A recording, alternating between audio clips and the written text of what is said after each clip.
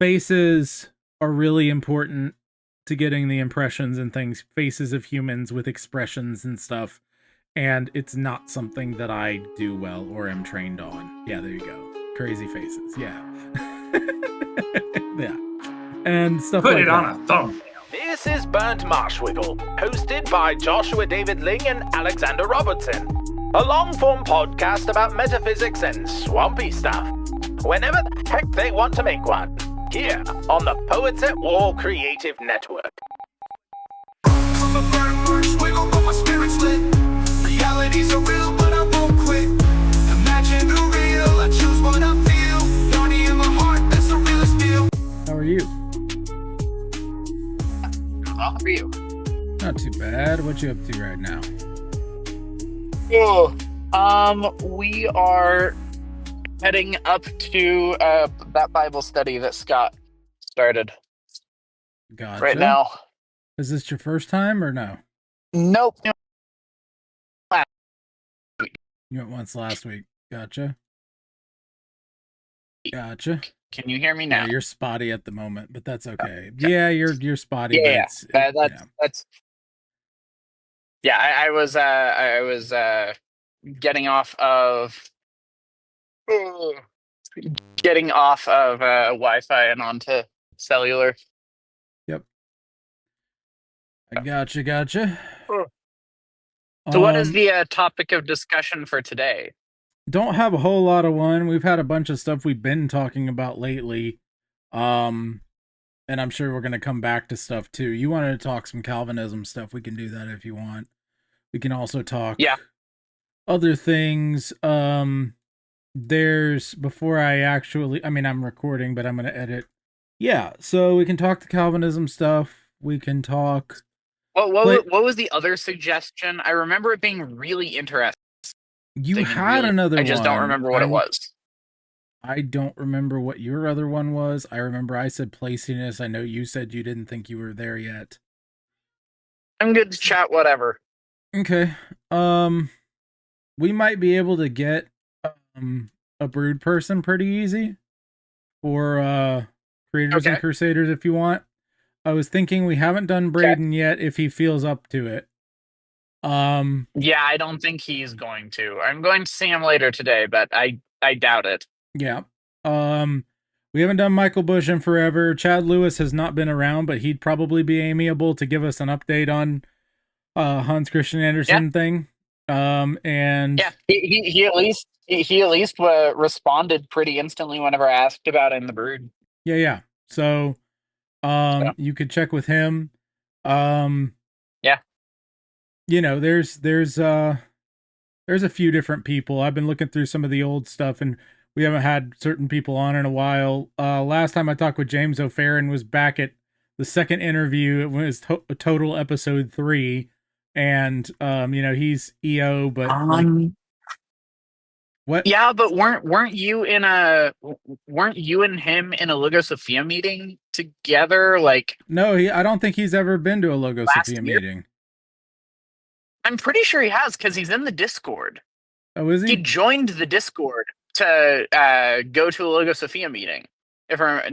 Check just to make sure. Well, maybe. But yeah, I'm pretty sure he joined the Discord to go to a Logosophia meeting. Maybe he did in the cathedral. Maybe, but whatever the case may be, haven't had him on podcast in a while, and there's so much more with transhumanism and AI that we haven't talked about, and you know how EO people are. It'd be fun. And he's sci-fi minded and everything, so that could be fun. Yeah, definitely could be. So there's a bunch of people. So probably we'll be looking at that. Mm-hmm. The big thing for me lately has been fooling around with the website, like I said, and we don't have to talk about that one specifically, but I'm just bringing it up because you're here. I have been working with Jesse. I say not actively working with Jesse. I was actively working with Jesse after Broodcast. And he was telling me some stuff, and I was showing him the website so far. and he really, really wants me to like lean hard into the TV thing. Yeah. I And think the leaning hard into the TV thing is totally a viable strategy. yeah, um, I have a concept. Let me see if I can get it uploaded for you. But you keep talking about whatever at the moment. But I'm I'm gonna. driving, so Oh right, you I can't can't look see at it. anything. So I'll explain it. It'll be better for the podcast anyway. Um, Basically, what I had before was the two carousels, the nonfiction and the nonfiction and the fiction carousels. By the way, I did find a website Mhm. that has these sort of concept on them. The guy basically took a whole bunch of random like internet archive stuff from various periods and recreated a TV from the era that you're watching stuff from. He did like a 70s, 80s, 90s, 2000s TV with a remote next to it that like basically like changed channels like they were really on and had commercials and everything. With Interesting. scan lines over the video and all kinds of other stuff. So Yeah. I knew I'd seen the concept somewhere, but it's myretrotvs.com. Um and Interesting. so that's just, you know, a nostalgia project or whatever, but um Yeah. the the idea came up for me because he actually set up like channels and had a channel guide Yeah. on it as part of the page. And so what I did was I set up the TV the way I had it previously, but instead underneath I have purely ornamental speaker grills now, as well as a button in the middle that says select and has a number, and then on either side is a little knob that actually does a quarter turn each time you click it, like not all the way around, just Uh-huh. quarter turn and then reverts back kind of a thing. um Yeah. and basically that changes the channel, and then when you hit select it goes to said channel, and there's a channel guide in the HTML area below instead of the about page. Huh. Yeah. Okay. Yeah. So could you Mm-hmm. do something like what you kind of have talked to me that uh homestarrunner.com used to do, Mm-hmm. where you could like click a particular frame in a video, like click a particular place in a particular frame of the video? Could you theoretically have it to where whenever your mouse like scans over the speaker, a little bit of static like plays, like Yes. just Yes. plays, That um is definitely and doable with then HTML. have the like if you click on the speaker, that takes you to the behind the scenes thing. Like Uh it's Behind the like takes scenes, you like, inside what like any of the behind the scenes stuff that you're posting publicly. okay. Like Maybe like have a like channel it's that a looks like it's inside the TV. uh yes, exactly. Basically, Okay. like if you click the speaker, it loads a different page that looks like a that looks like a old speaker, like an old speaker on a TV type Mm-hmm. thing. Like the whenever you remove the grill and you've got the like Yeah. what do you call it? What The do you call horn. it? The The horn. diaphragm. Yeah. Yeah. Um like have that, and then have like a different, like a wheel inside of that, or like a thing off to the side that's behind the scenes stuff or anything like Yeah. that. Yeah. Just as an idea, As and an or Easter egg kind of thing. Yeah. Yeah, that could be cool. I like that idea. Is that more in the direction you're looking for though in general? yeah, that sounds really cool. Yeah. Cool. So, There's a yeah. guy in front of me in a Buick Encore, and it has the bumper sticker, driver does not believe in free will. What do y'all bet y'all go into the same Bible study? I doubt it. He turned off, but oh, that would have been great. Now he could either be a Calvinist Mm-hmm. or he could be a hardcore atheist. Right. Yes, of course. It's a 50-50 shot. That is funny. That is really funny. Oh boy. Um. Okay, so I'm trying to think here. We'll transition into Calvinism here in a second, but um, the oh, did you finish the video that I sent you on the internet stuff? I finished the first one. The internet used to be a place. Yes. Mm-hmm. What'd you think of that? Thought it was interesting. I definitely want to go back and watch it again. Mm-hmm. But I thought that her take that, like, it's obviously a very Marxist take, and I'm not sure that there's actually a bunch of stuff that you can glean out of that particular take from a Sure, Marxist sure. lens. Oh yeah, Um, because I'm more than willing to take, like, chew the meat, spit out the bones of Marxist commentary on culture. sure. But I'm just not sure that there was all that much there that was super helpful Right. as far as it goes.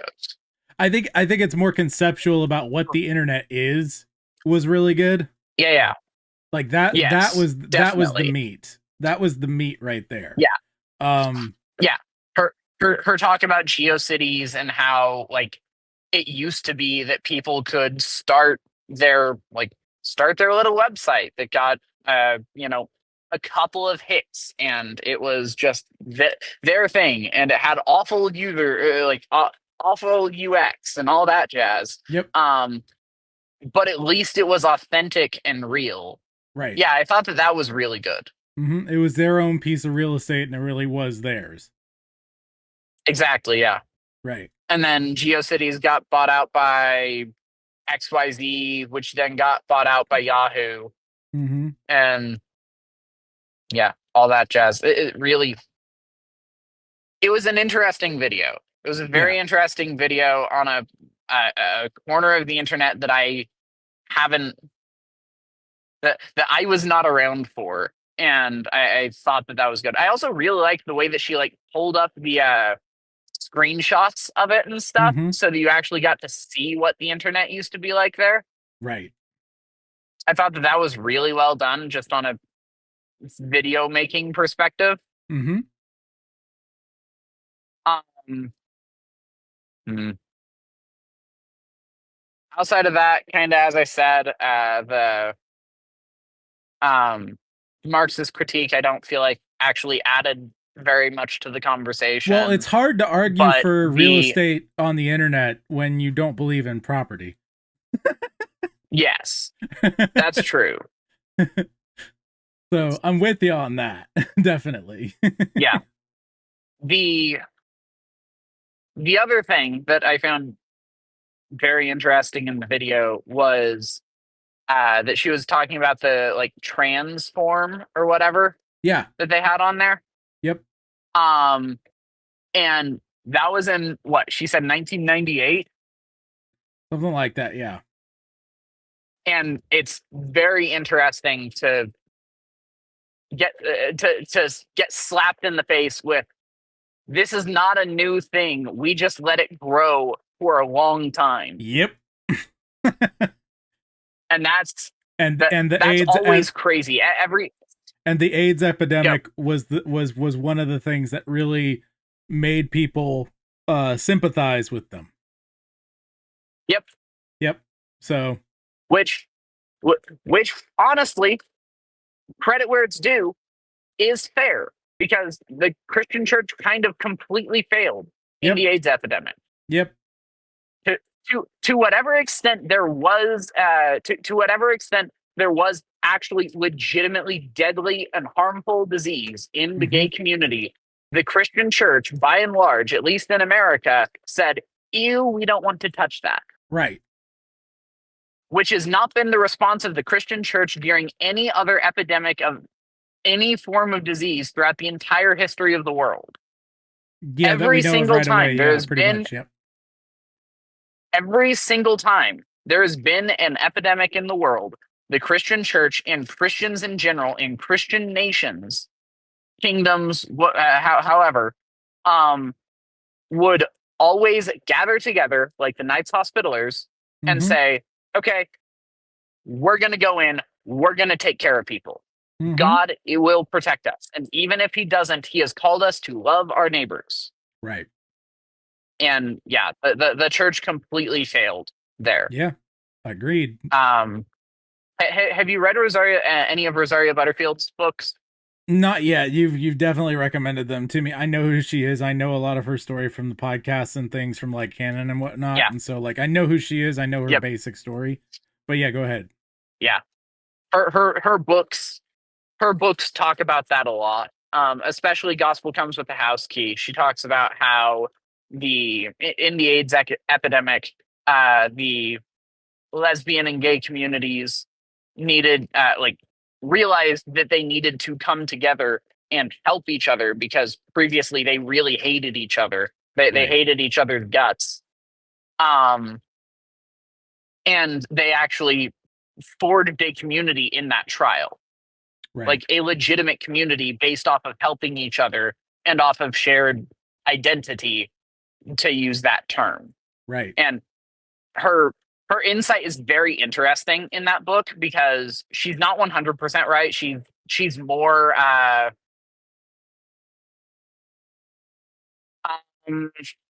she gives more credence to the arguments of the extreme I say extreme, the arguments of any form of sexual LGBTQAIP silent number 2 whatever the heck Right. community than she ought to. But she's also changed her tune on that now. And she Right. recognizes that she was wrong there and all that jazz. But she takes the lessons that she learned there and says, okay, was there anything true in that? This is what it was. This is what the Bible talks about as far as all of that. And it's quite good. Nice. So Calvinism. Uh Yes. you have a let's put it see if this is good enough, otherwise I'll edit it. A couple that you are talking to that one of them used to believe Calvinism and now they both don't, and you're just speaking with them and talking about it. Is that good enough without too much? Basically. Okay. Basically, yeah. That's Okay. a pretty decent summary as far as it goes of what's happening. Yep. You don't have to say go into that he details about the wasn't. stories or anything, but just like, yeah, Yeah, you yeah, wanted to talk about this of course because of not. this. Yeah, he wasn't a full Calvinist. He had Right. a Calvinist soteriology, but because he's primitive Baptist, he would he would not say that everything is predestined, only that salvation is predestined. So like this Interesting. conversation isn't Okay. predestined, but both of us being saved was predestined, Okay. Gotcha. which is real interesting. But Mhm. that's kind of where that's kind of where he was, and now he's I don't know where. Well, that's one of the reasons I'm talking with them, because they're my friends, and I want to I want to give them a fair shake on all of this stuff. And you brought up my But uh general's report from years ago on George Lucas Calvinism. yeah, and so I'm basically wanting to just kind of get a refresher from you, and if Brendan jumps on, Brendan, about the like what's my cliff notes for Calvinism effectively. Are you talking Um, soteriology? Are you talking predestination? Are you talking I the am whole kit and talking caboodle? the entire kit and caboodle Calvinist worldview. Okay. What's my how do I distill notes from the Tilt-A-Whirl into something that I can have a conversation with people So on effectively is my Chestertonian question. Calvinism specifically, Yes, Chestertonian Calvinism, full which orbed, all of Christ for all of life, all that jazz. Chesterton would have hated in his life on earth, but is now either totally justified or totally Hmm. fine with. at this point. Yes. So, Yes. Absolutely. right. So, I don't think there's any way that you can uh, say that Chesterton, for example, was an Arminian, Pelagian, or anything of the like. Nope. Um, Not at all. because he believed in predestination in a similar way to your friend. Yep. I have not specifically heard salvation only predestined. But I have often heard the way people like to put it is God did not uh God they use the Bible verse, God is not the author of sin or something like that. I believe there's a verse that Yeah. says that. Um Yeah. and that is true, but he's the author of sinners, including the vessels of wrath, vessels made for wrath. Yes. He's the potter. And Yep. so why does he make vessels for wrath? My basic presupposition for this comes from Hebrews, where it says he is the author and finisher of our faith, and all the other places in scripture where it talks about him as the potter, we are the clay. It talks about him as the creator in Genesis and all these other sorts of things.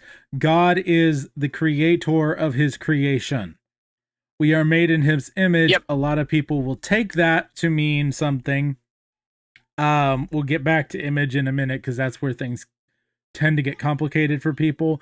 But if God is creator, then he has the ability in and of itself, if he created something this complex, he has the ability as someone who can create something as complex as we are to insert data that would he has the ability to foresee things. If let's put it this way, if he has the ability to foresee whatsoever comes to pass and has the ability to create things that are infinitely complex, then it follows logically that he could very easily and some would argue, including me, that it's impossible not to essentially like purpose all things, right, for his own glory, including really horrible, terrible things that other people do. An example of this is George Lucas writing Emperor Palpatine, who genocided an entire planet in the original Star Wars. Yep. So, what do you do with Palpatine? Is that George Lucas's fault for creating Palpatine? Yep. Right. And so it's not. Right. Well, here's the thing. It's not George Lucas's fault for creating Palpatine. It's not God's fault for creating Hitler. Of course. But here's where people get hung up. We sit here and we hear made in the image of God. We are made to reflect God, and even further, this is where things get sort of Back to the Future-ish. We are made to reflect the perfect man, Jesus. Yes. Right? Yes. He being the firstborn of all from all creation, right? Was the whole point of the entire story, and still is the entire point of everything that we do every day of our lives. You want scripture and verse, all 66 books, every single word. Yep. It all points to Jesus. Exactly. It's all for Jesus, right? Yep. And Hebrews especially expresses this to ridiculous degrees. So we're made to reflect him, but to say that we are on the same level as him amounts to blasphemy. This is why the Jews wanted to kill him in the first place. This is why the Jews wanted to kill him in the first place. This is also why theological systems that say that you can save yourself, or that or that relegate God to the same level as us, Right. which is kind of which is, I would argue, what hyper Calvinism does. Right. The hyper Calvinism is actually a form of this heresy, our heresy, because Yeah. they put God on the same level as us. They say we're the same type of thing. Right. Right. And not only are we not the same type of thing, but I think that God put it in the heart of man to create worlds like Lord of the Rings, like Star Wars, like all these sorts of other things, and to use our intellect as a reflection of his intellect in creation so that we can better understand the way he created the world. I don't think that's a very large logical leap. It's, whoa, hold on a second, to a lot of people, but I don't think that's a logical leap at all. Right? Yeah. It's what Tolkien says. Right. Tolkien makes a pretty strong argument, as far as I can see, that the image of God is the creative impulse. That is That's the one of the image of things. God Yes. in us. Yes, that's definitely one of the things in us. I think there's more to it than that. But he makes a very, very strong claim for that, and I think that is a good chunk of it. I don't think we put enough emphasis into that. Our problem is we're broken by sin. Yeah.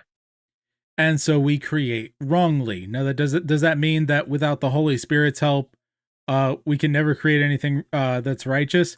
I think that's a yes, but there's common grace that we can have too, right? Like, yes, common grace exists out there too. Common grace is also to be attributed to the Holy Spirit. Right. And so all grace is God's grace, including common grace. To quote Rich Mullins, the stuff of earth competes for the allegiance I owe only to the giver of all good things. Right? Yep. And so with that, I think that we can very much glean from our creative experience in creating stories that we are not the same as our characters, no matter how we write them.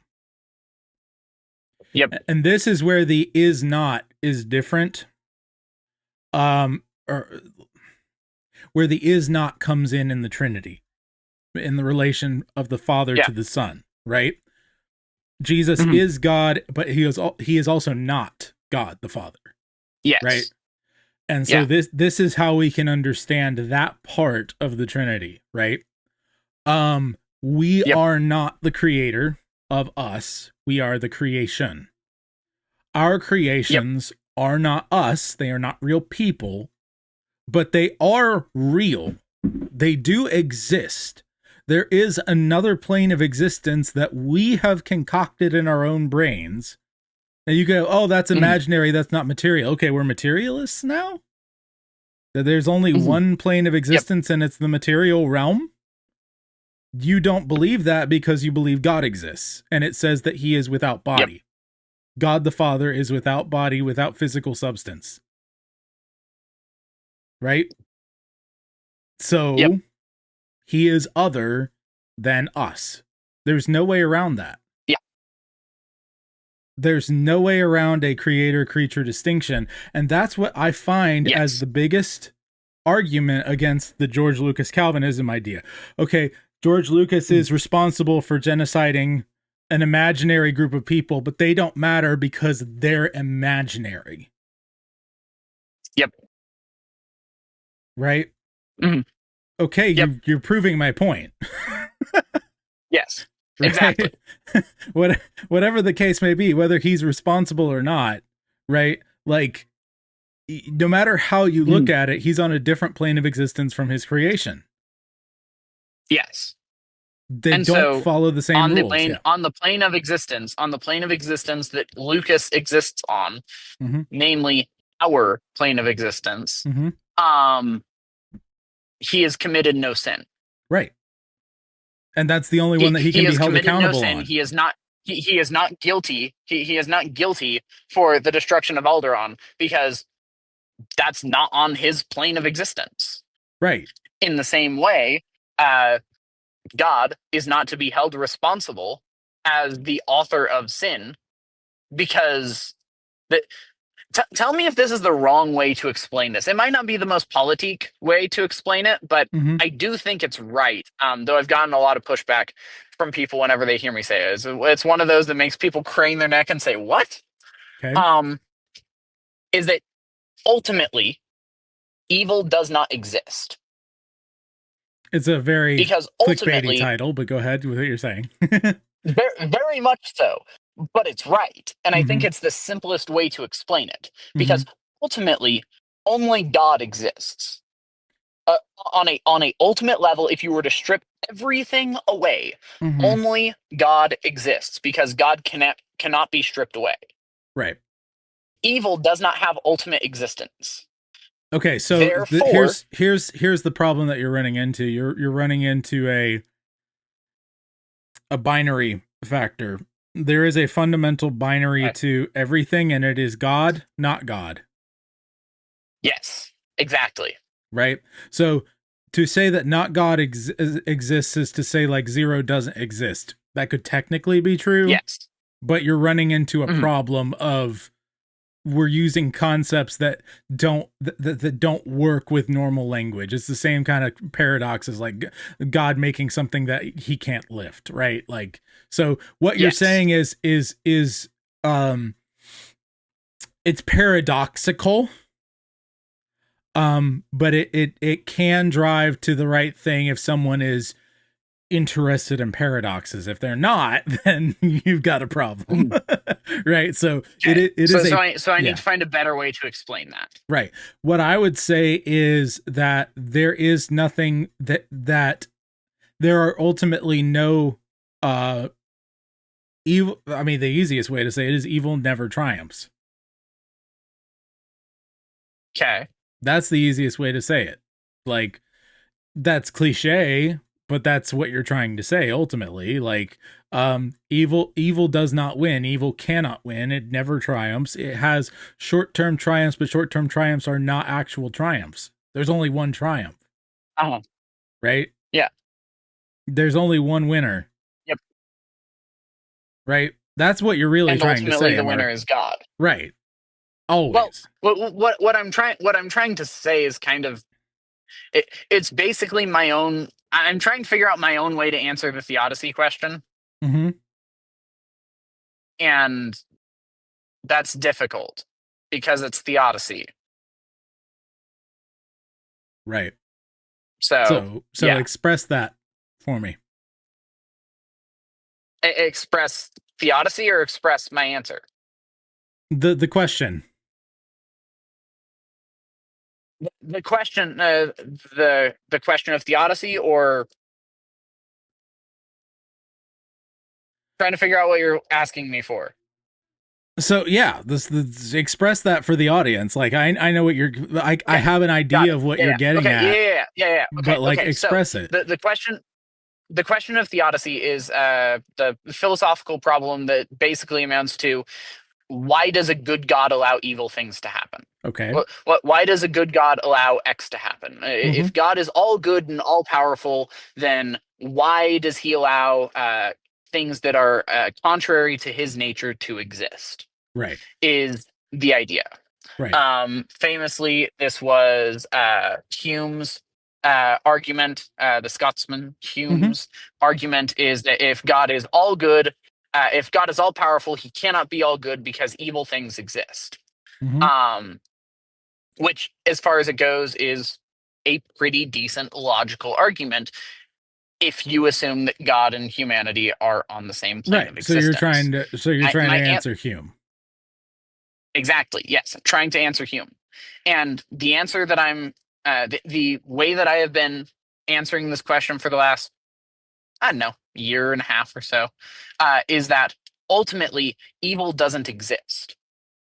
Well, here's the thing. Evil doesn't Eve exist from God's perspective right. So because God is the only thing that exists. right, Goodness exists. Evil is just falling short of that.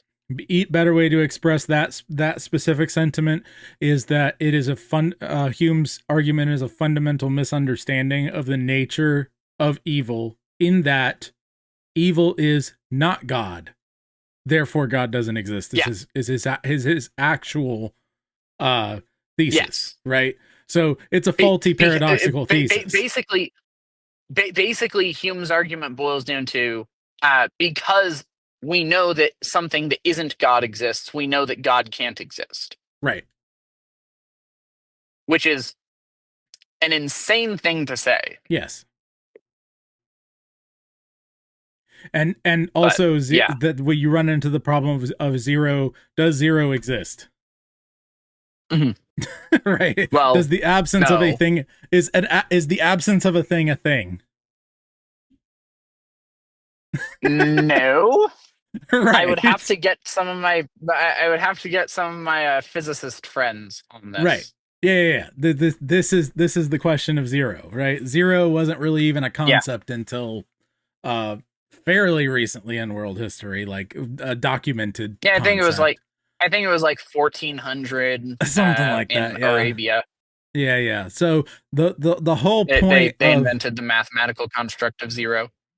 zero is it's a container.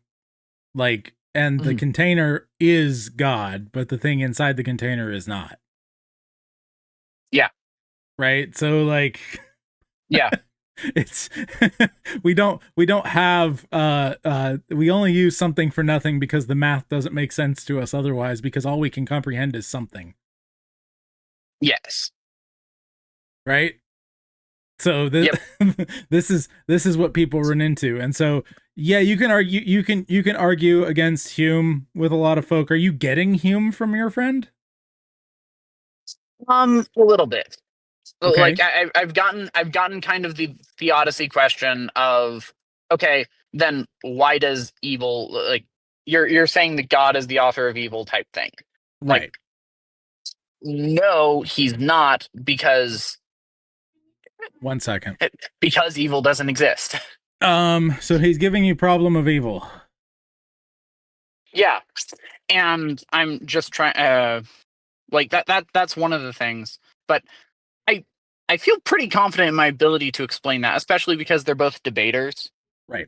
Like, they're both debaters, they both can follow a logical train of thought and all that jazz. So I'm pretty confident in being able to answer their objections to Calvinism. Right. The thing that I'm more interested in is how do we, like, as I said, kind of, what is my what's my TLDR, what's my spark notes on the beauty of Calvinism? So beauty. Well, Mhm. uh first big thing is we do not have to uh worry for anything. The sparrow stuff is true because he can actually make anything happen. His eye is on the Mhm. sparrow. That's usually what people Yeah. go to for the immediate beauty passages of uh Mhm. his stuff. But also there's so much that we don't know and can't know that we don't have to know. This is Yeah. where the EO folks, while I think that they are too quick to go, it's a mystery, Mhm. they also have it right where a lot of especially old school Presbyterians want to nail everything to the wall open like it's Mhm.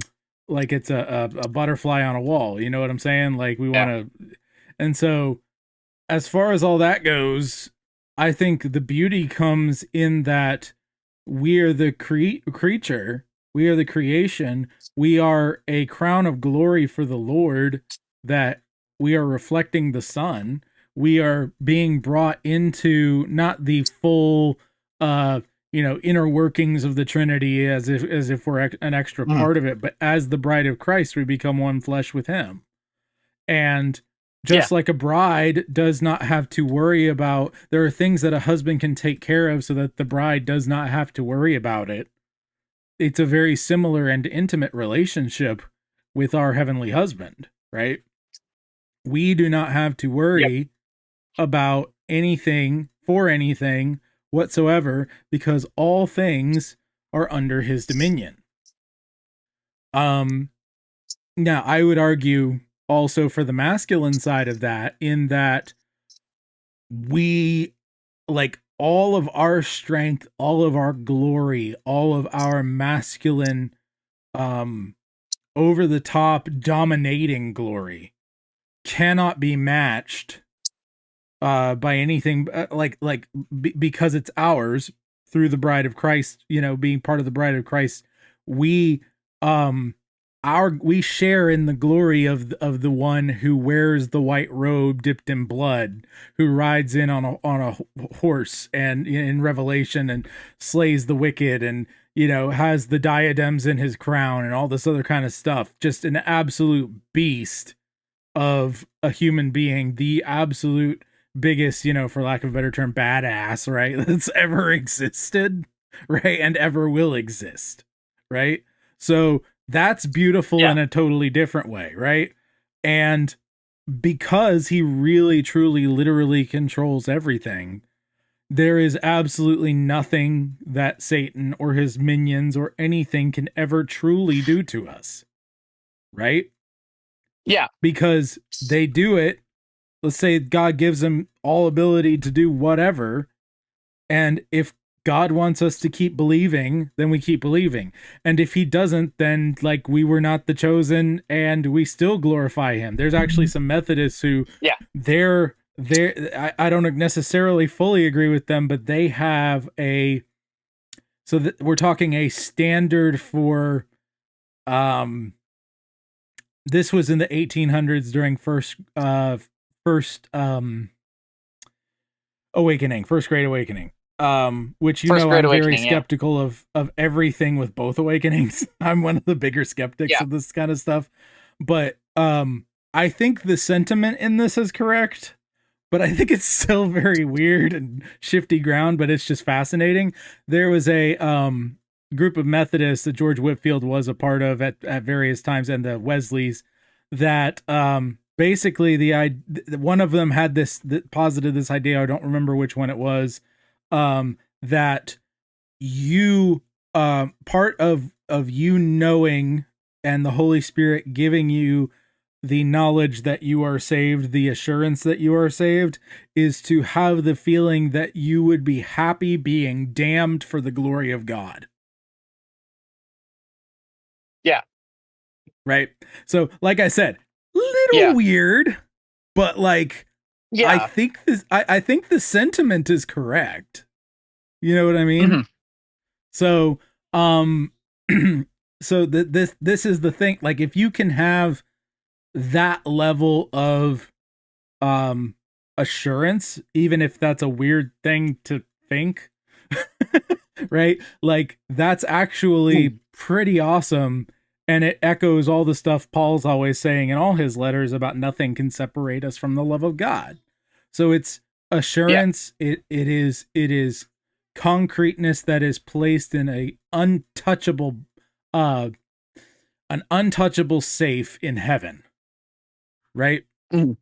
There is absolutely nothing that I can do that can sway God's hand. Not just for my salvation, but for my temporal existence. I have everything that God wants me to have for my journey and my story, and I will have everything for my journey and my story. Do we still worry? Yes, because we're fallen. But having that level of assurance is so much stronger when you believe that God is really and truly in control, and no matter how dark and dire things look, to quote Samwise, like I usually do, above all shadows rides the sun, and stars forever dwell. I will not say the day is done, nor bid the stars farewell. Right? Yeah. And so, to me, that's the biggest beauty, is the security, the bride of Christ's security. Now, we haven't obviously talked the whole kit and caboodle of Calvinism. A lot of what people talk about Calvinism is just soteriology and or predestination. But like that's the stuff most people think of. Like I said, there's things Calvin was wishy-washy back and forth on, like holidays and psalms and like Psalms being exclusive Uh-huh. and, things of that nature. And, he's Yeah. set straight. He's in heaven, but he tried his best, and he was hmm a lot more humble than many of the people that came after him. Like, he was very much just trying to figure all this out and write it down to the best of his Yeah. ability. Yeah. So I think that anyone who attacks his actual character, the only thing they ever have is servitude, and he said stay away. Yep. So Yep. oh, you haven't gotten servitude, Yeah. have you? Servetus, no, I have not. They don't. They're not history nerds. They're other types of nerds. Got it. Okay.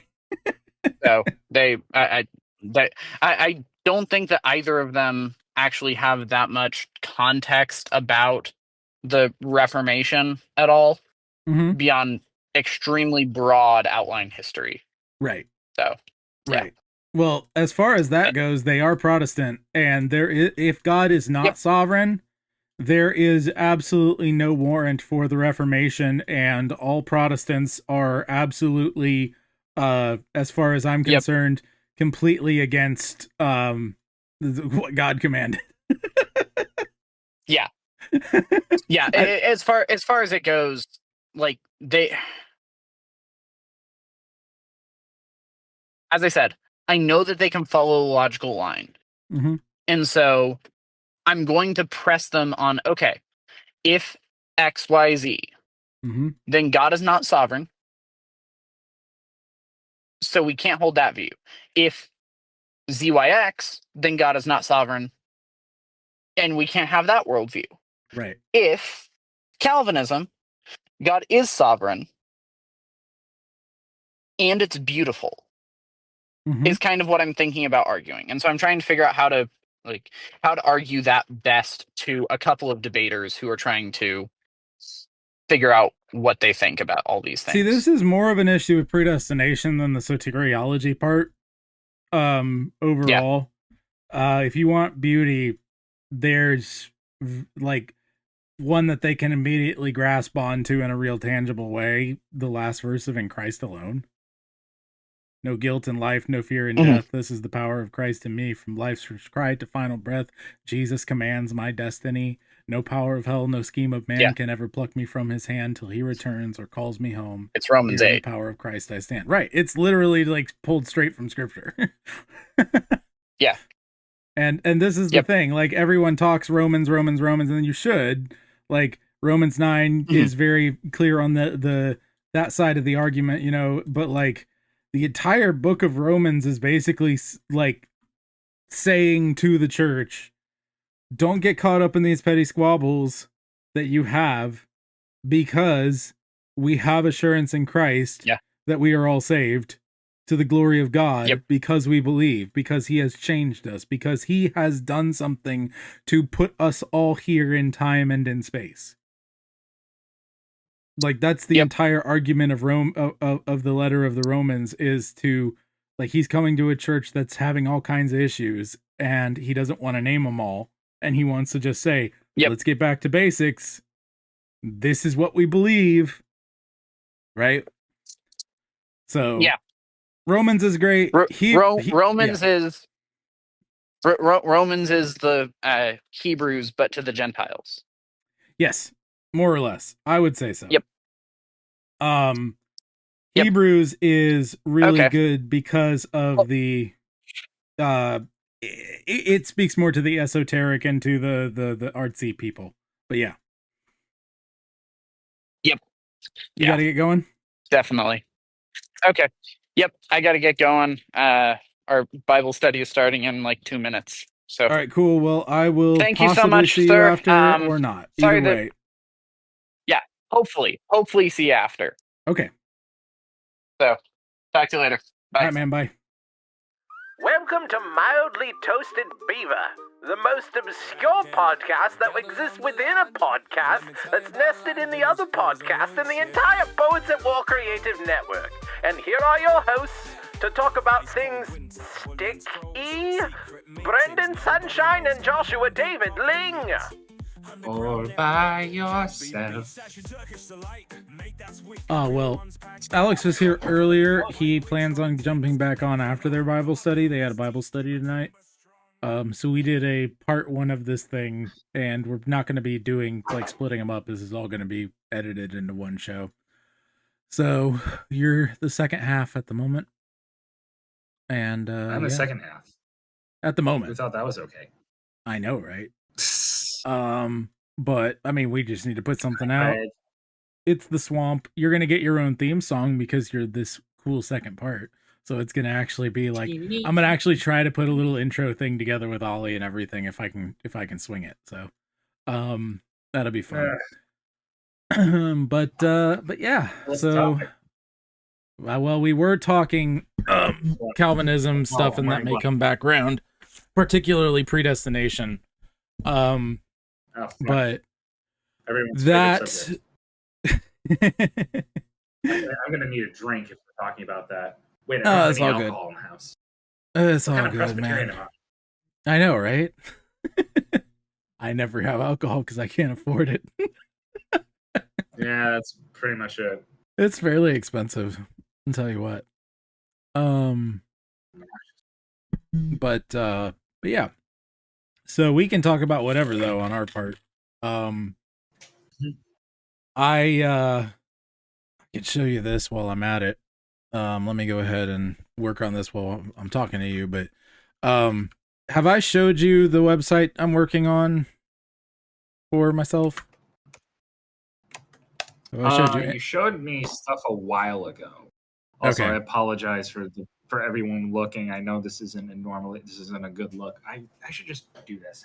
You were there at the broadcast. It's fine. Be where you need to round, be. baby, right round. There we go. Right round. Tristan was not going down well. Oh He did man. not want to go to sleep, but he is asleep now. So Good. he was just Oh, sad, my baby. goodness. It was very sad to hear. You know how that goes. Let's see. Let me get this code. I have not copied this code yet, so I need to copy it. Compile it Up, into up, down, down, left, right, file. BA. Yes, the contra code. No. Just some HTML stuff. So one of the big things that I have been on lately is trying to figure out ways to make websites feel more like an actual literal place. Have I talked to you about this before? Yes, yes. This is one of your pets of peeve. Yes. Peeves. Indeed. Peevivers. Peevis and Putthead. Anyway. I wasn't going to go there. But you went there, so I guess we're here now. We are. Can we turn around? I don't know. I would like to turn this ship around, please. This riverboat in this swamp. Okay. The the thing that I'm trying to build is a functional I don't even know what to call it. Basically like a functional formula type thing for creating a video focused website that feels TV-ish, right? And so there's a lot of things that I've learned in the meantime, and I'm pretty happy with how it's going so far. I'm just gonna call this stuff.html for now. Stuff.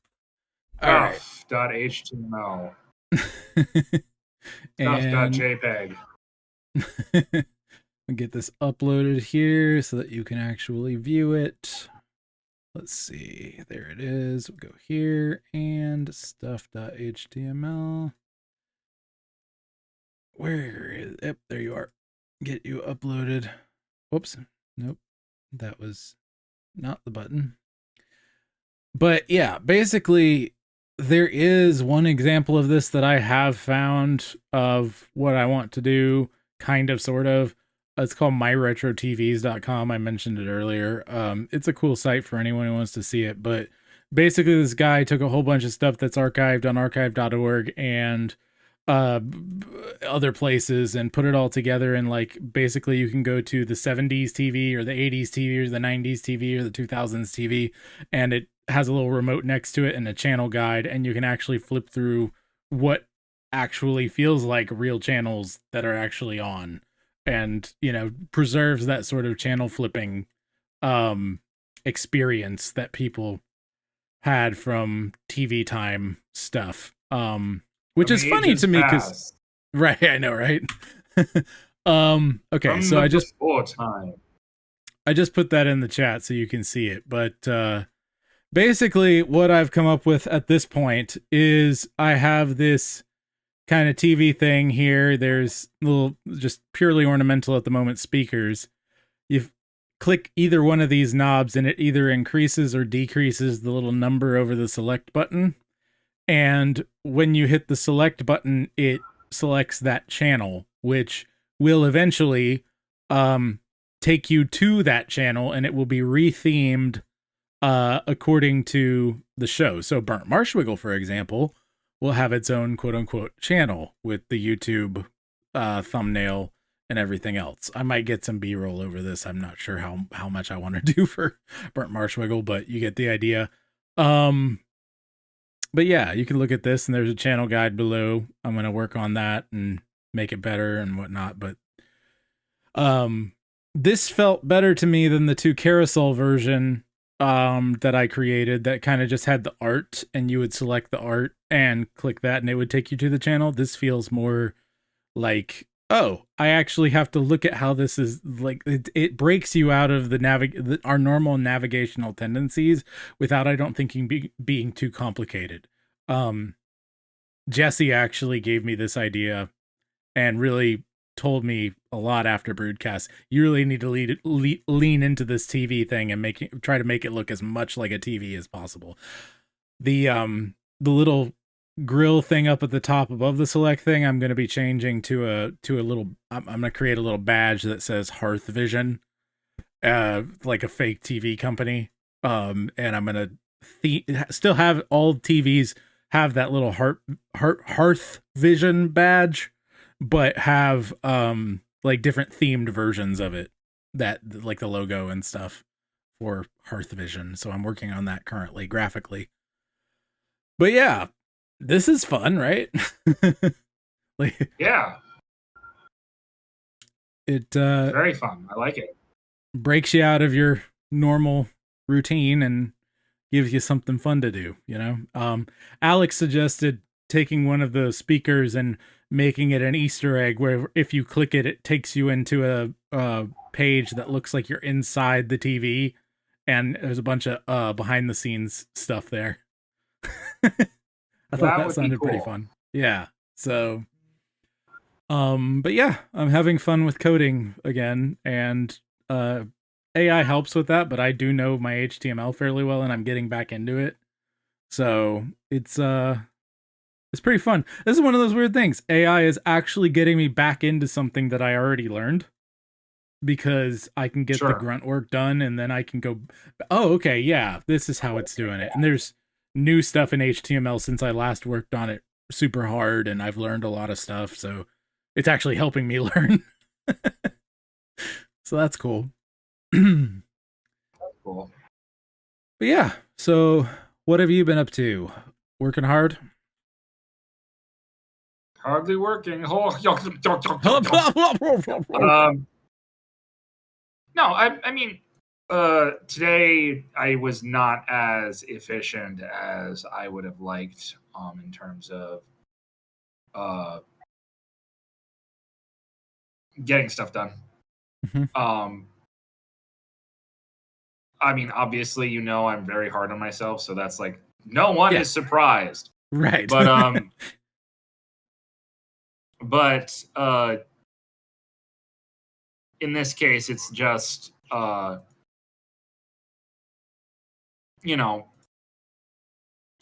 mean, I was just really, it was just a really slow editing day in terms of like I was not on my game. Yeah. Editing can be such a big thing when you have a whole lot of it. Yeah. It was just an hour long lecture, but I just was not having a good time getting it. Like, I was having a difficult time finishing it. That's all. Yeah. But I got it done. I have to let it bake, and then I have to upload it to Patreon by latest tomorrow. Actually, I need to upload it tonight. Gotcha. Okay. I'll try to remind you when we get off. Or you can get it I going now. should do that now. Yeah. Yeah, why not? I'll get it. No Why problem. not? It's not like I'm not doing anything. Oh well, the computer has to remain tethered. It can wait. It can wait Okay. another Hey, look, it's flip time. bit. It's flip time. The cat bowls has a dead rodent in it. Hello, What? Casey. One of the cat bowls has a dead rodent in it. Oh, fun. Ah, My cats have been really loving me the last 48 hours. Lots and of by really gifts. loving you mean bringing you gifts. Yes. Mm-hmm. Rodents, lizards, Birds. murdering a bird in front of me. Like, Hello, actively I carrying give it you- around while it was still crying out. Mm-hmm. Ah, yes, the joy of yeah, animals. Cats are basically little Conan the Barbarians. Ian would approve. Yes, indeed. Oh man. But yeah, you were Something, saying Adam. getting stuff No, I mean- uploading. You're gonna do that later. Yep, got it. Mm-hmm. Yeah, I gotta get that.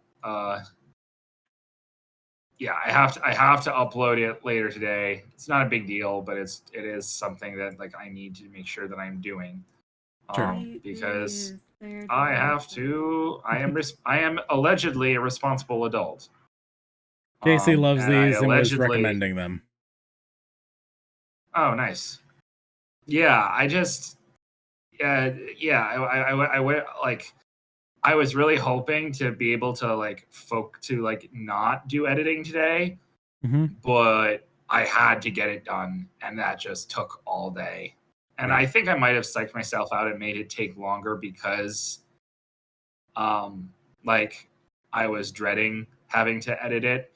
It's not hard editing. It's tedious. I actually would prefer it to be difficult Yeah. editing. It's just boring as sin. Angle switching for 2,000 years. Yep. And then, or 50 minutes, cutting out the awkward pauses that I need to cut out of my normal speech every day, but I can't do that in the middle of me talking. I would have to like edit myself in post, and I can't do that on the fly because there is no post for life. Life does not have post. You can't edit life. Oh my goodness. That's a if you could pause that's a life statement. and go back and edit, I think you'd be 4 years old. That'd be- I would yeah. No, I would be like I would die at the ripe old age of like 30. How old am I? 33. I would be dead because well, actually that's a point. While time is paused, do I age? No, that's the point. That's what I'm Okay, saying. If then you go yeah, back, you'd be 4 years old. I'd have 10,000 years of experience. Just because I wouldn't I would keep like stopping and editing things like from 4 years old through elementary school, and then through middle school, and then through high school, and then through college, and then after college. That would be a really fun, like, one-shot superhero concept. Someone who can go back and edit, like, pause their life and go back and edit it. Like a movie.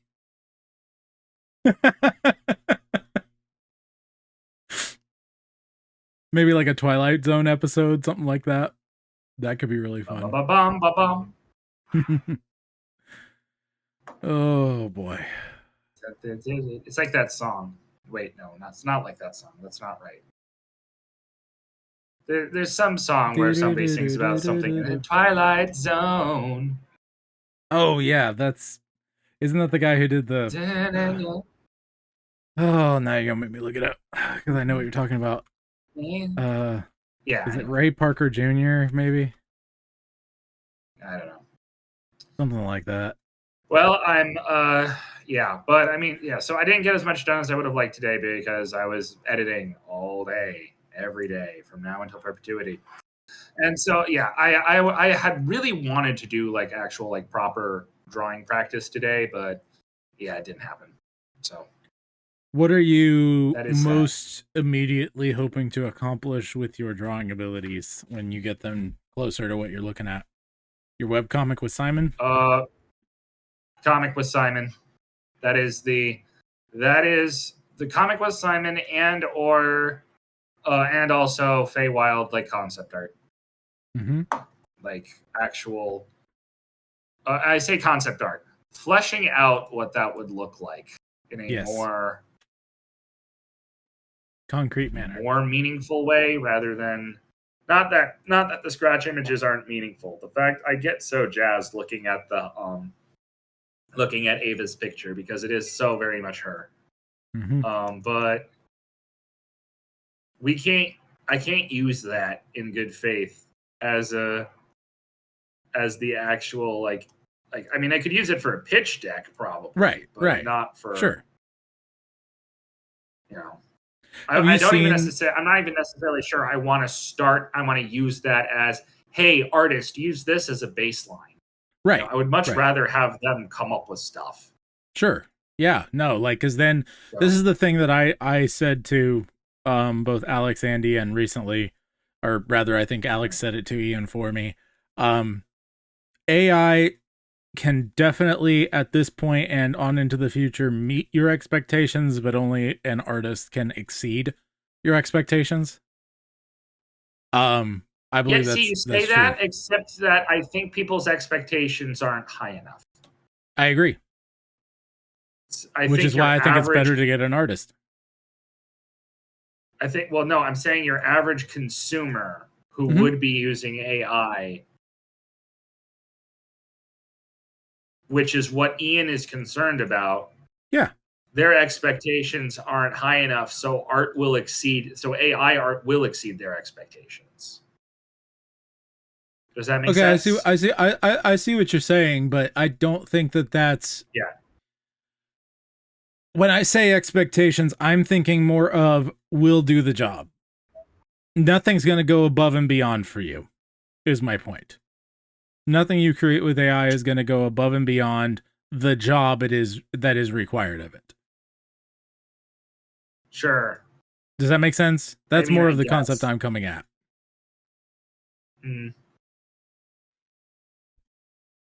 I mean, you've seen what I do. Like, I know how to get what I want out of AI for what I want. But what I want ultimately is to collaborate with other artists. And I admittedly haven't made that super clear until recently, but I don't think I was fully clear until recently. So yeah, no, I think that what I am doing is the best that I can do by myself. And collaboration will almost always, at least collaboration between artists that gel, let's put it that way, will always make something better than not collaborating. That's just kind of the nature of art. In general. Me doing something to the best of my ability, though, and having that ability boosted to crazy degrees is only going to make things more efficient over time. And because I'll have some knowledge of how I would go about doing something, even if it's in a way that's not the same as another artist, I'm not the kind of person who's like, do it the way I want. I've never been that way. Like, I'm like, here's my non-negotiables. Now do what you want to do.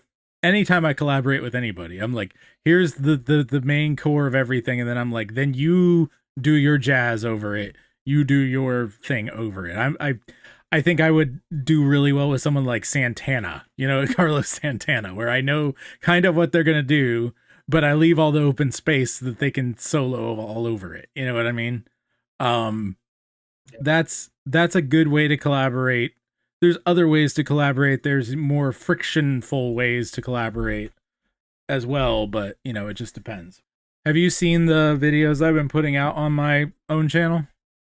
The storytelling ones? Like the short recaps? Yeah, I like them. Well, I wasn't saying the short recaps. I was saying the storytelling ones, like the prophecy and stuff. Like I've been putting those out again on the Joshua David Ling channel. The poetry videos. Probably not then. Probably Okay. haven't been seeing those. Yeah, basically I'm doing voice actory, like just looking at the camera, reading the poem, and I'm having 3 to 4 AI images, B-roll over top. Nothing crazy. It's not the main point. It's literally just to give you an idea of the scene that I'm expressing without having to paint every detail in the poetry, right? And so Yeah. basically with that, like, I'm trying to de-emphasize the visual in general because that's never been the point of my stories. It's more about the poetry, the words, the way it makes you feel.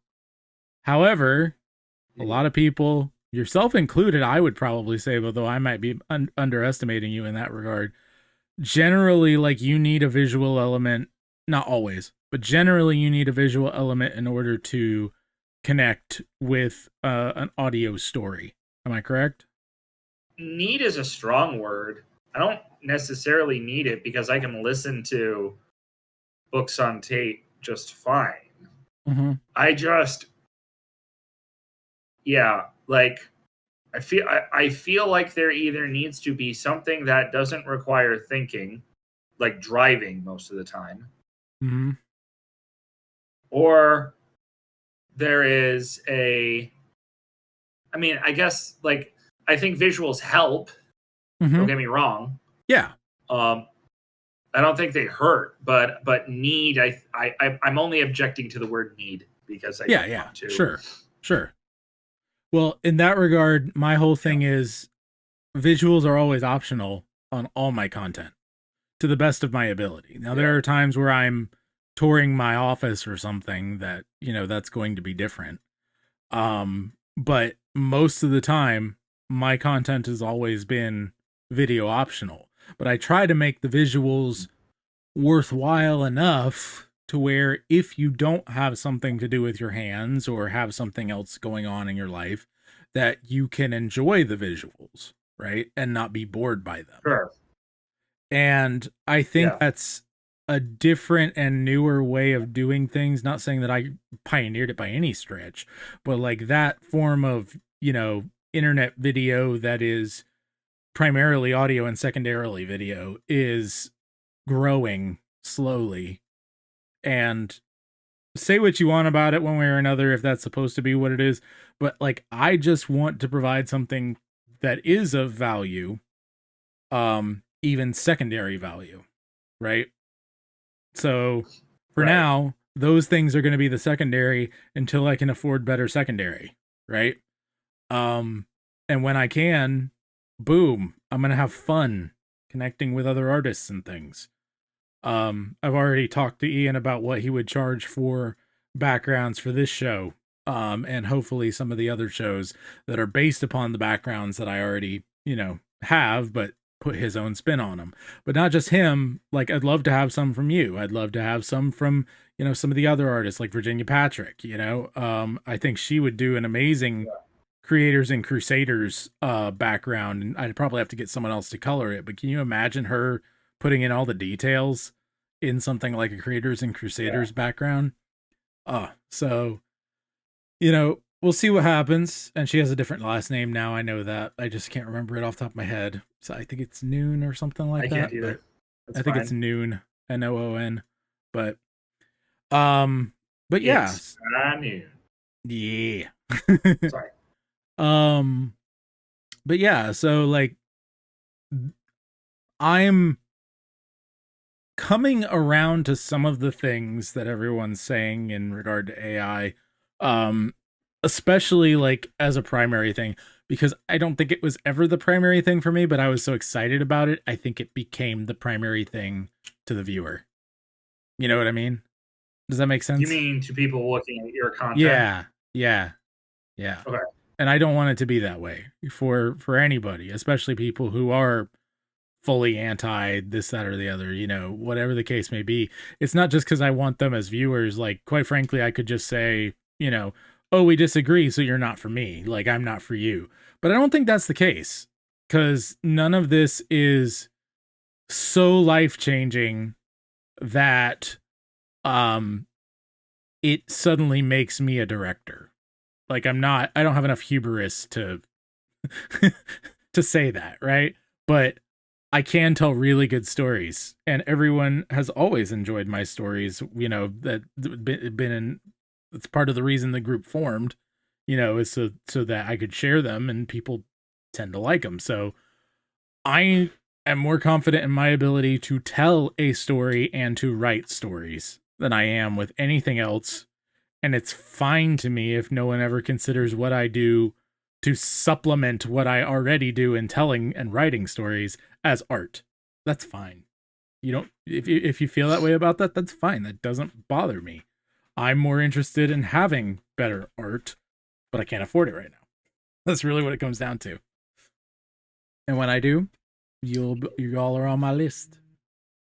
But you've known this for a long time. Like, yeah, I'm yeah. I need to yeah, I have a number of things that, like, yeah, I gotta go do some digging and searching and seeing like what I can learn, because like I found something that can help the actual technical skill of drawing, right? Mm-hmm. Yeah. But the technical skill, and I'm sort of confident in my ability to direct, which to a certain degree, all I need to do is just storyboard my story and boom, you have a comic, right? Right. But anybody with anybody with two gray cells to rub together could tell you that like most of the best like comics aren't just like there was a panel and then there was another panel and then there was another panel and they're all the same size, right? There's different panel sizes, there's slants, there's all these different things. And you haven't consumed enough comics to really know what you like. You haven't consumed enough comics to really know what you like in regard to panel design and things like that. Well, I mean, to a certain degree, yeah. There's a definite lack of a built-in library. However, I don't think that I haven't consumed. Like, it's not that I don't know what I like. The problem is I know what I like, but I don't know how to replicate it. Yeah. If that makes sense. It does. And which is similar to the technical drawing side of things, where it's like, I don't know.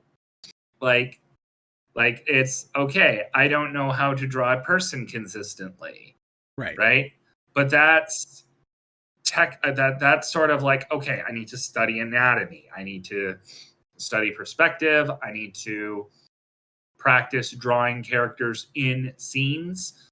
I need to, figure out tricks for how to do this for black and white, because odds are if I'm doing this based off of doing this similar to a manga style thing, I am going to be probably doing it in black and white mostly, with some color for intros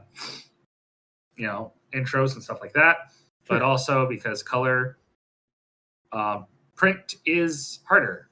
Although I could have it be web, but as soon as I have it be web, you have all sorts of other problems. Right. UI design, hosting, all the rest.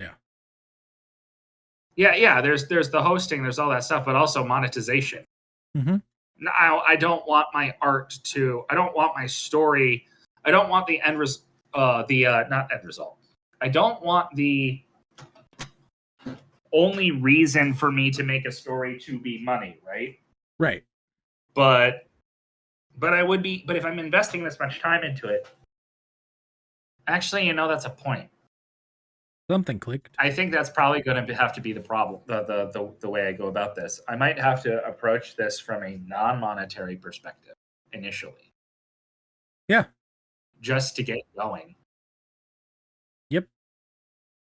Have you considered taking your video skill and going animatic and getting voice actors volunteer to do this to give you a little bit of extra, move toward the animation and everything else? I could do that. I think that hold on. Because animatics are really big on various video platforms right now. Yeah, animatics are big, and I think that I could do that, but but I'm not sure I could do that for a story as big as Unbound in its current iteration. Is that Simon's story? That's Simon's story, yeah. Yeah. Sorry, I am using the technical term. That's okay. Which is not helpful when you don't know the code. I'm learning. Yeah, no. But you did say I don't. You did say you love the TLDR shorts that I've been putting out. Yeah, those are good. I'm glad you like them because you hate those shorts. Are very. Well, I mean, like, okay, listen here, you little twerp. I do hate shorts, but in terms of shorts content, they are a decent short because they point to the larger thing. Yeah. They're still a problem because they're shorts, but Yeah. Makes sense. You can't have every single victory. Sometimes we have to do things that pay bills while we do this other thing that doesn't. And I think the trap that especially American artists fall into is that we have to do what we love. What we love is making art. And so we have to make money from art. And that's a trap because it can be, yeah. Having it as a goal is different than having, like you said, I have to make money from art, right? Like mine has always been a goal, and I'm very transparent about that. And I have made some money from my own art and stories, but it's been very minimal. And I'm moving one step at a time through stuff. Like one of the big things that I'm doing currently is actually going back and numbering every single Poets at War episode, both in the overall Poets at War canon, as well as the individual sub shows, right? So there's a number for Poets at War and there's a number for the sub show, and I'm trying to make everything super clear for humans as opposed to algorithms, because I'm convinced of that being more important as algorithms become more and more complex, because they're going to be trained on humanity. And so doesn't mean we're not going to have the same problems as trying to explain something to humanity, but me saying like, this is episode number blah, blah, blah is way easier than this crazy clickbait title. Yeah. You know what I mean? And quote unquote evergreen content. I think evergreen content is going to be in the next 3 years completely crushed by insane series content, because you're able to build serially from episode to episode. That's more valuable both to YouTube and the algorithms and humans. You know what I mean? Yeah, well, I'm inclined to agree with you. I'm just not sure I'm not sure that your prediction holds a ton of water right now. because but that I need to be assumes doing that it people now. will start moving. Right. I'm saying I need to be doing it No, what now I'm saying is to be ahead of the curve. right, but I'm saying I'm not sure you are ahead of the curve, right? Yeah. I think you are standing where you want the curve to go so that you can be ahead of the curve. But as I have been observing humanity over the past 16 years, Mm-hmm. I don't believe we are moving in a proper direction. I don't think that we know what is best for us. Agreed. Whether that is carefully crafted corporate conglomerates doing psyop level marketing to get us to binge watch and have a short-term memory and reduce our capacity to remember and reduce our capacity for patience and not sit and wait for the next thing and instead binge watch everything. Mm-hmm. Whether or not that's that, or it's our own lack of personal responsibility, it's our own fault, it's or both, or any combination therein. Right. That doesn't matter. What matters is we have been moving in an incorrect direction, by my estimation. This is me, Right. the depressed Mr. Beaver. Well, no, Mr. Eeyore over here. I fully agree with you And- that I have no faith in humanity to find value in the things that I value. I have none. But I Right. do have faith that value is objective. And the best thing that I can do before God is to create the thing of most value. Yeah, okay, yeah. That tracks. Right. That tracks 100%. Yeah. So in that regard, if I'm going to be doing a podcast, it should be as clearly understandable numbering wise and everything else. And that has something that I have not done because I've been chasing all the nonsense. Right. And that's been expressed to me by many, many people. And I'm done kowtowing to that specifically. And I am just trying to make the most valuable podcast overall with clear understanding of what the episodes are, what order they are, what the history of it is, so that if you ever do want to dive into all the value and all the history and all the lore of the Brood and Poets at War and everything else, you'll be able to. Now you can't. And to that end, I think, yeah. So I think that if I were being a little twerp, I would say to that end, I think your play of dividing Poets at War into four different shows was the wrong play. Right. 4 sub-shows was the wrong play at that point. Yeah. But I don't think the 4 activities we're currently doing on each one are wrong activities to be doing, and so they will be listed as this one's, once I get back up to current, because I have to work from the bottom in order to have proper numbering. Once I get back to this one, this is going to be Poets at War episode ... whatever it is, right? Like it's going to have an overall number, and then in the description it will have the Marshwiggle number. Yeah. Right. Right. Yeah. What I would suggest, and I'm not volunteering. Yeah. Before we say anything, let me make this abundantly clear. I'm not volunteering. It would make more sense to take your sub shows and have a different host.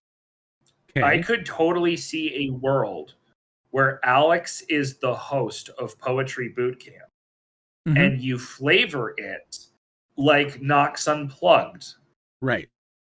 Where Knox is the host, but Jason Farley is the expert that he's constantly talking about. Or if we want to go to a pagan secularist example, Adeptus Ridiculous, which is going through Warhammer 40k lore, where the main host is a guy by the name of DK Diamantis, and he brings in a guy by the name of Bricky, who is the expert on the lore.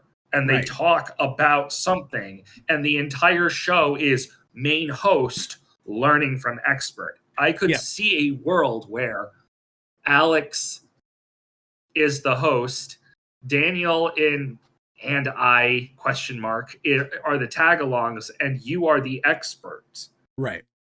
And, from then on, I would be then pushing Alex to have a sign-on, have a sign-off, do a thing. It's annoying and tedious and obnoxious, but there's a reason why everyone does it. It's because it works. Well, the idea so far has been that Ollie is the sign-on, and then I sign off.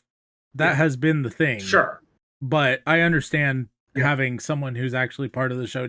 Like, I get that. And it's something that the reason why I bring up having a separate host is because then it lends credence to the Poets at War network.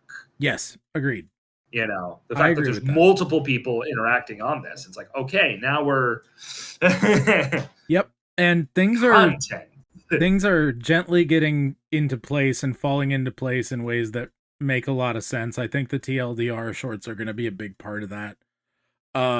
Yeah. Especially because I'm not overloading it with 5 clips from the same show all the time. Mm-hmm. And one clip that actually expresses the entirety of the show fairly clearly is more valuable than 5 shorts that don't, There's a lot there, and I'm still working on it. But the big one, I don't know if you heard, but Jesse, after you got off on Broadcast, he offered to help with some spare time of his, whatever he can do. And I said, can you A, help train me on thumbnails, and B, actually help me make some while we're doing it, right? And he said, yeah. So we're working on specifically branding thumbnails properly and making sure that they are, because the thing is, like, faces are really important to getting the impressions and things, faces of humans with expressions and stuff, and it's not something that I do well or am trained on. Yeah, there you go. Crazy faces. Yeah. Yeah. And stuff Put like it that. on a thumbnail. There you go. Don't. That's the thumbnail for this Marshwiggle. Just put it on a thumbnail! Exclamation point. Fake expletive with like. Put it on a thumbnail. I can just imagine you just use me. Put it on a thumbnail as like the first thing you hear on the episode, and then this first I might do that. No. That's funny. Anyway. Oh, no, my goodness. Yeah.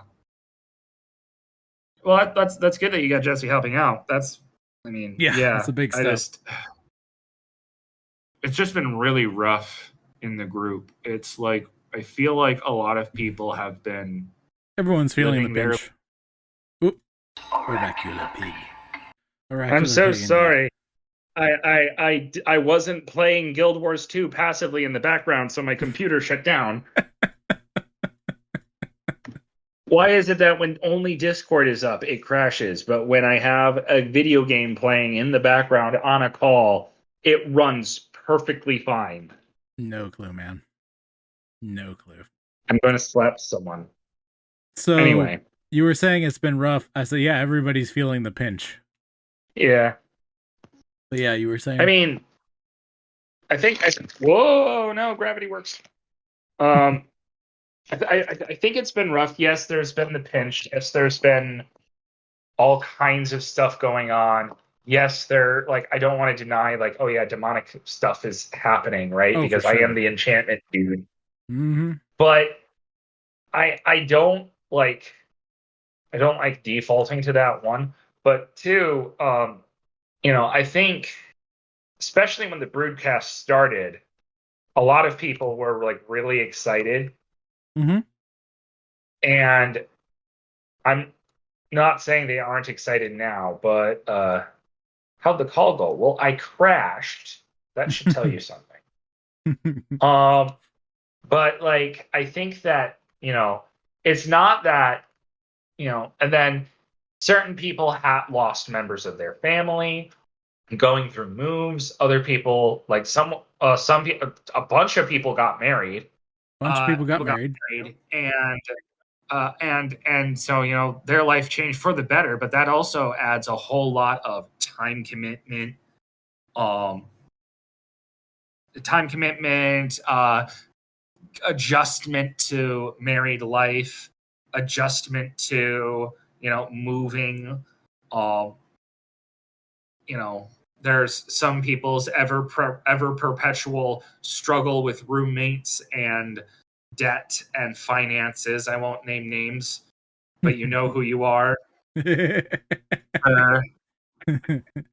Anyway, it's the fear of debt. Yeah. but the thing is that, like, they're all going through all of this stuff. Yeah. And it's like, I don't know. I don't know what has to change, but I think that we need to get back to kind of going back to what I was talking about with, like, jobs. It's like, do the job to make money, make tents. Paul was a tent maker, Mm-hmm. but his calling was ministry. Right. That's why I don't have a problem working at Hobby Lobby. Right. Mm-hmm. I don't have a problem piecemealing work together. For now. And I've been piecemealing work for a long time. I don't have a problem being, not like, yeah, God blessed me for a time that I got to work with Adrian and Benjamin, but even then, the stuff that they were doing wasn't what I ultimately wanted to do in the end. Right. I wanted to make the next Lord of the Rings, but have it be Amber, right, by Zelazny, or do whatever. I wanted to make the next amazing visual story, but that's not that he has not seen fit to open that door. Not that it's all his fault. I have made mistakes, and we have to be the cathedral of doors. We also need to be. Yeah. What? The cathedral of doors that still have to be opened. Yeah. Yeah. We have a lot of. I just, like, I hate to preach, but, like, we have a lot of. We have to find the balance of, no, God has said, no, we're not going to make money from our art, whatever that art may be at this time. But he still called us to do it for whatever reason. Yep. So we have to work and do this, and it's going to be tiresome, but we need to be able to enjoy it still, because if we're not enjoying it, then why the heck are we doing it? Right. And part of my goal is, through Poets at War, to eventually have the place where the centralized place where everyone has their Patreons and their this and that and the other and whatever, and they can, sell their wares or ask for patrons for all their free art, whatever the case may be. Whatever they decide to do. And it's like, we're all together, we're all pulling for each other. Like, that is the goal, and I'm still working on it.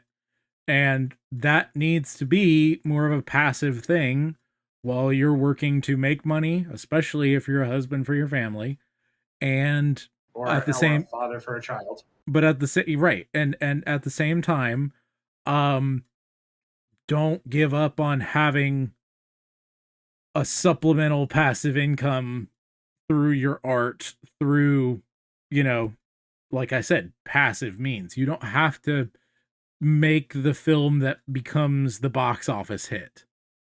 That's just a fact today. It doesn't mean that you're ever going to be making more than, a couple bucks off Patreon. Like you said, you got to do it anyway. But I do think that there is, God's given us such a low bar to earn a couple bucks from our art that not doing it could potentially, like, no, you don't want to do anything that's going to remove from your ability to provide and all that other kind of stuff. But if you are not seeking the betterment of your family through your art, there is a certain amount of, okay, then what is it for? Right. And there's, I know that there's utilitarian versus, like, I just got to do it because God wants me to put beauty in the world. Like, all of that's there. Mm-hmm. But like, I'm saying he gave us this option, not just Patreon, but just anything to make a couple bucks. Why not? You know? Yeah, I'm not saying that if the option is there, you shouldn't. I'm saying that it shouldn't be the main thrust of what your main reason to do it. Of course right? not. Yeah. The reason to do art shouldn't be to make money. Right. Is kind of. I would have given up on art a long time ago if that was the case for me. Like, my whole point is because it's calling. It feeds my family in a different way. First and foremost, because these stories are for them, like, more than anybody else. And then secondarily my friends, and then everybody else, right? Like, that's what they're for. If you want to make something that is for money, it's like you could make something that's super amazing, and if it was for the purpose of money, that there is and only money, there's some issue there, like, because you believe that what you do doesn't transcend. Now the other half is true too. It's both. Our work is both. Our work should produce fruit, but our work is not just to produce fruit, it's to produce character, not just in us, right? We're sowing seeds for our families, we're sowing seeds of character for the people around us. Like, that's what we're hoping for when we write stories, you know? Seeds of laughter. You know? Laughter is edification. What the Bible says to do. You know, that's one way to do it, is through stories, through jokes, through music, through all these sorts of things. And I think we forget that there's a utilitarian purpose to the soul too, right? Yeah. I'm not sure I like that. I know. I'm saying it's objective, not utilitarian. That's what I really mean. Is it's an objective purpose to the soul. Okay, that we can work with. Me writing a story that I have pictured in my mind, my teenage daughter looking back on these characters to go, what would they do? This is a similar situation. What would they do? That's something that I want for them. You know? It's a good reason to write a story. As good as any. You know? Marshwiggle, still standing strong in a world of doubt. I'll keep marching on. Faith over fiction, hope over fear. Even in darkness, Narnia still here. This has been Burnt Marshwiggle, hosted by Joshua David Ling and Alexander Robertson. A long-form podcast about metaphysics and swampy stuff. Whenever the heck they want to make one. Here on the Poets at War Creative Network.